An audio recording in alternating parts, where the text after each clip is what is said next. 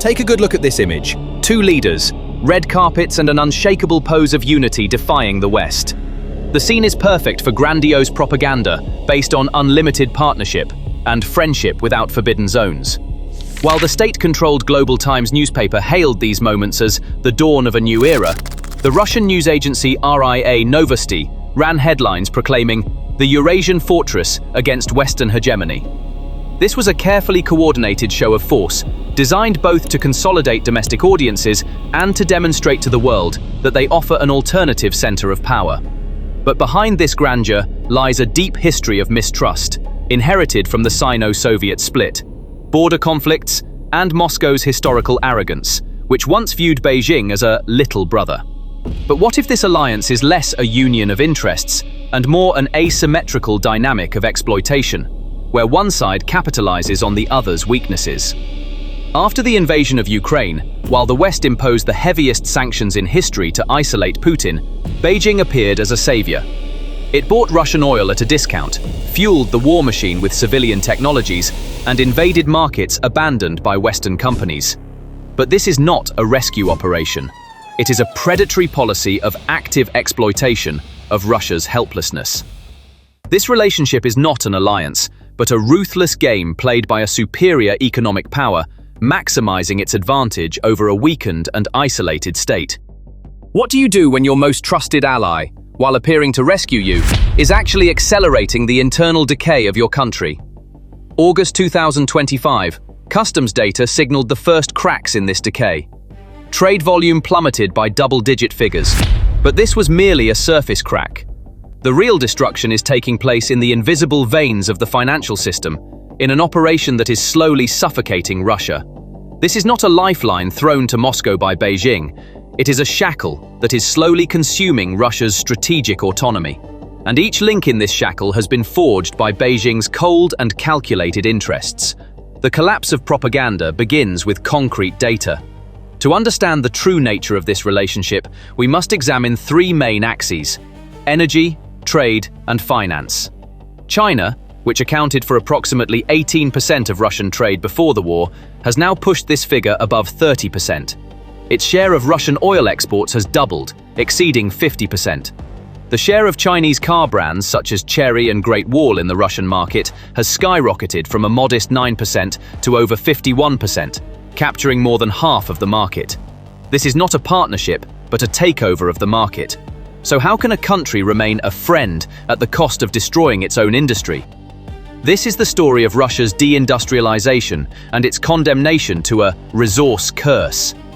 This is not just a trade imbalance. It is the tragedy of Russia becoming a vast dumping ground for China's industrial overproduction instead of rebuilding its own production capacity. Once an industrial powerhouse boasting its own space program, today it is forced to produce cars without airbags or modern braking systems in its Lada factories, while its roads are flooded with China's latest SUV models. This is a tangible collapse happening before the people's eyes.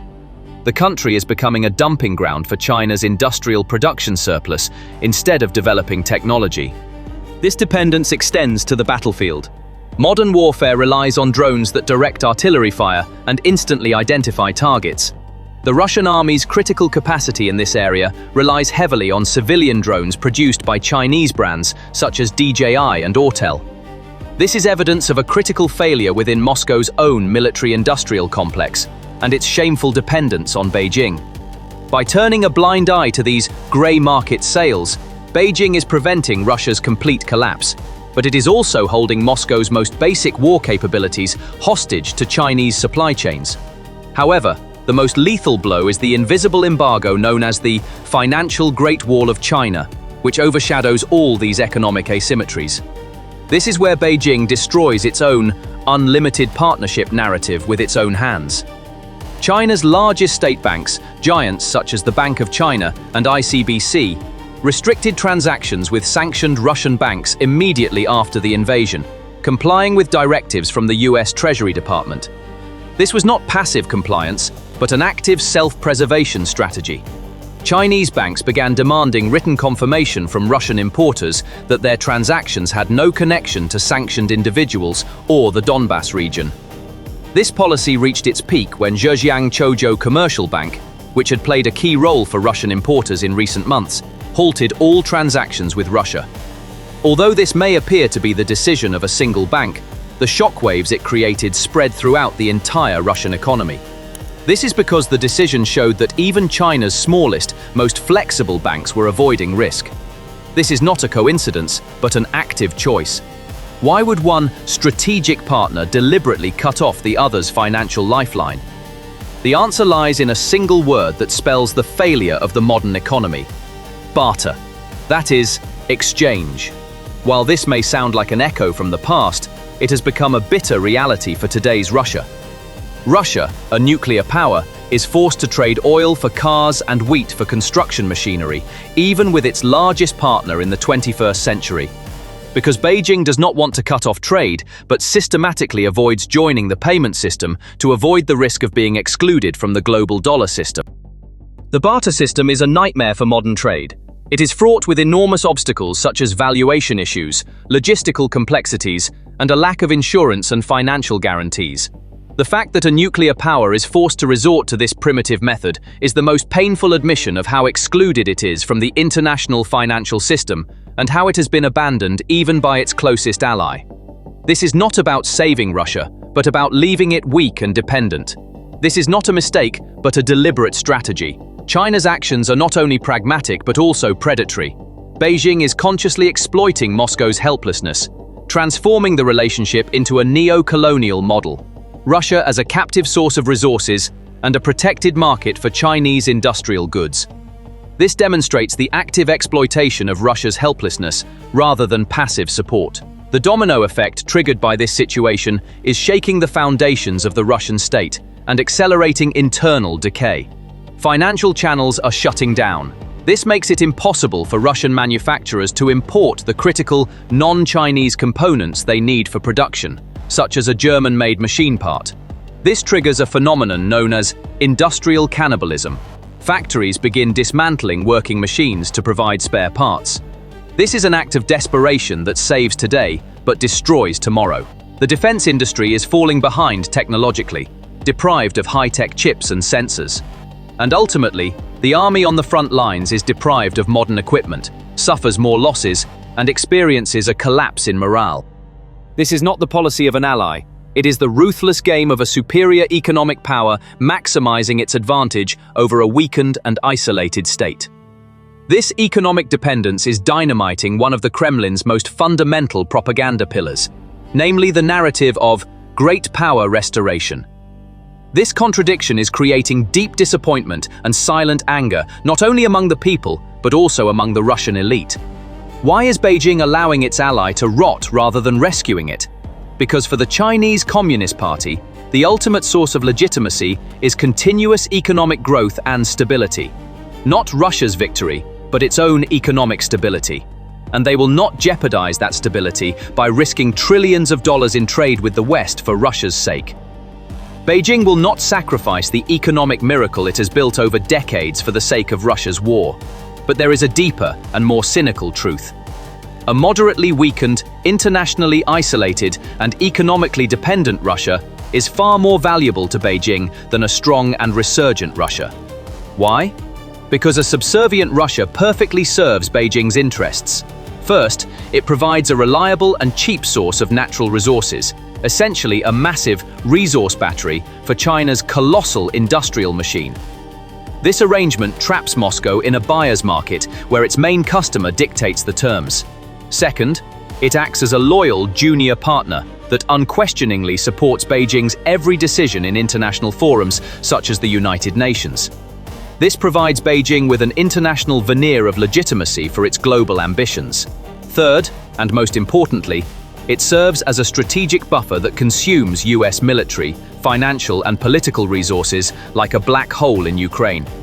Every HIMARS rocket sent to Ukraine is a rocket that cannot be directed to Taiwan or the South China Sea. This directly turns Russia's tragedy into a strategic gain for Beijing. And fourth, a strong Russia would be a rival to China in regions such as Central Asia. A weak Russia is a vassal. This is a strategic checkmate. Beijing has effectively outsourced its proxy war with the West to Russia. The ultimate goal of this policy is not a Russian victory or sudden collapse, but a prolonged stalemate. Moscow is paying for Beijing's strategy of eroding US power with blood and treasure. This ruthless dynamic is dragging Russia toward an inevitable end. The future presents Moscow with three different scenarios of internal decay. Scenario 1. Status quo asymmetry. This is the most likely scenario. The current exploitative pragmatism continues. China provides just enough support to prevent Russia's complete collapse, but never allows it to rise again. In this scenario, Russia continues to serve as a cheap source of labor and a strategic buffer for China, while economically and technologically declining, with slowly falling living standards, neglected infrastructure, and an army unable to modernize. This is a slow and painful suffocation. Scenario 2. Deepening vassalage. This is the medium probability scenario. A major military or economic setback on the Ukrainian front would force Moscow to offer Beijing much greater concessions in exchange for more direct support.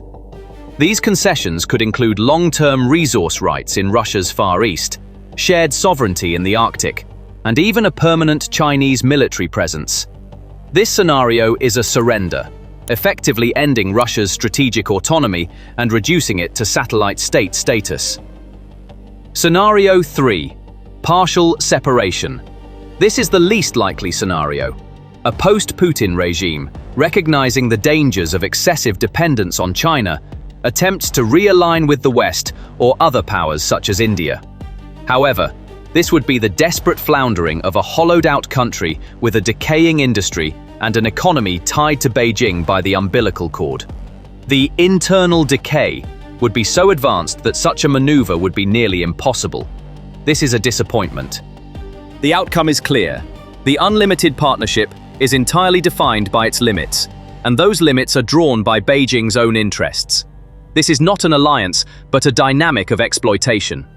While the Kremlin tries to sell the great power narrative to the world, it helplessly watches its country become China's economic colony. The image that emerges is not that of an equal partner building a new world order, but of a client state serving the interests of a new hegemon. The price demanded for the dragon's limited support is Russia's strategic autonomy itself.